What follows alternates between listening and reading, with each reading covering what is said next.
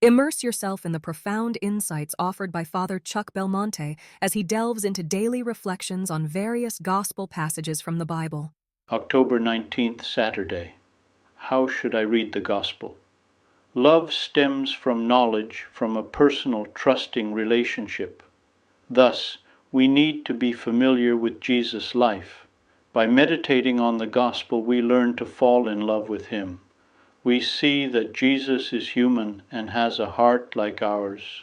When reading the Gospel, we need to listen closely to Jesus' every word, dwell on each gesture, and allow it to move our hearts.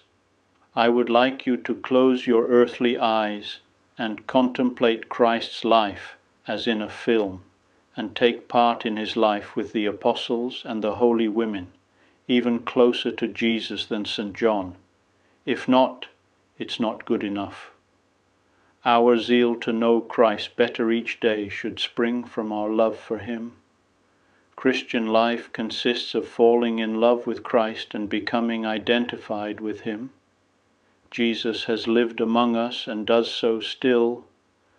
We contemplate each step of his earthly life, his birth in Bethlehem, his hidden life, his preaching throughout Palestine, his healing of the sick in body and soul, his proof of love on the cross, his resurrection, and glorious ascension into heaven. We see him with the apostles, how he chooses them and instructs them in the mysteries of God's kingdom. We need to enter deeply into the gospel. The Lord's words are few, but full of meaning. Their worth is measured not by their number, but by their depth, nor are they to be taken lightly, but pondered on thoroughly. How often we gain fresh insight while contemplating a gospel passage we have already considered many times.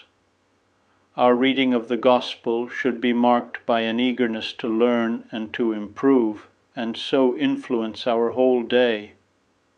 Sometimes a single word or gesture of our Lord helps us to have a greater presence of God. Thus, knowing Jesus better makes it easier to love him. To meditate on the gospel means to look attentively at Jesus in eagerness to imitate him. We seek to conform our life to his, to make his words and feelings our own, with the help of grace. I advised you to read the New Testament and to enter into each scene and take part in it as one more of the characters. The minutes you spend in this way each day enable you to incarnate the gospel, reflect it in your life, and help others to reflect it. We are led to become other Christs, ipse Christus, Christ himself.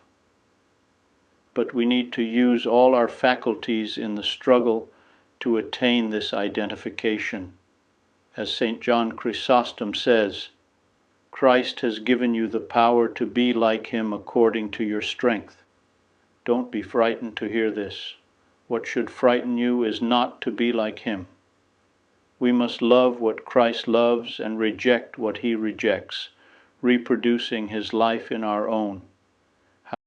I would be delighted to extend an invitation to you once again tomorrow for another insightful reflection on the gospel by Father Belmonte.